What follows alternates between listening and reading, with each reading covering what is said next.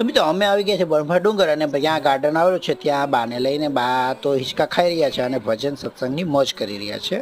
તો બાને કહ્યું બા કીર્તન સરસનું જવા દ્યો તો બા કે હા પણ કીર્તન યાદ તો આવવું જોઈએ ને તો બાએ ખૂબ યાદ કર્યું પણ તું તેને કોઈ કીર્તન યાદ આવતું નહોતું. ઓહો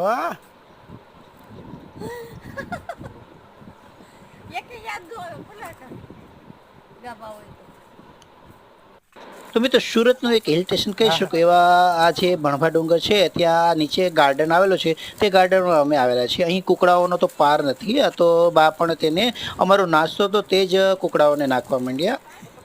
તો મિત્રો સુરતથી તમે જો આવવા માંગો અહીંયા તો 65 કિલોમીટર જેટલું અંતર થાય છે.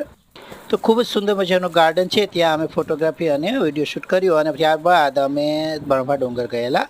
તો ખૂબ જ ઊંચાઈએ ચડતા એકદમ કુદરતી સૌંદર્ય નિહાળી તમે મંત્રમુગ્ધ થઈ છો મિત્રો.